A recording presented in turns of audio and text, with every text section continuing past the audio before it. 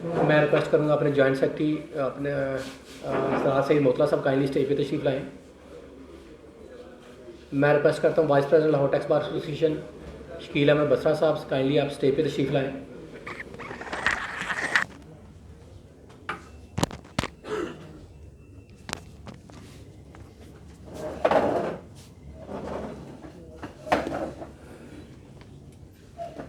आज के सेमिनार के आगाज़ के लिए मैं रिक्वेस्ट करूँगा असलम जान कुरैशी साहब और executive member Lahore tax bar association kindly मुतलाक़ कलाम पाक के लिए डायरेक्ट तशरीफ़ लाएँ।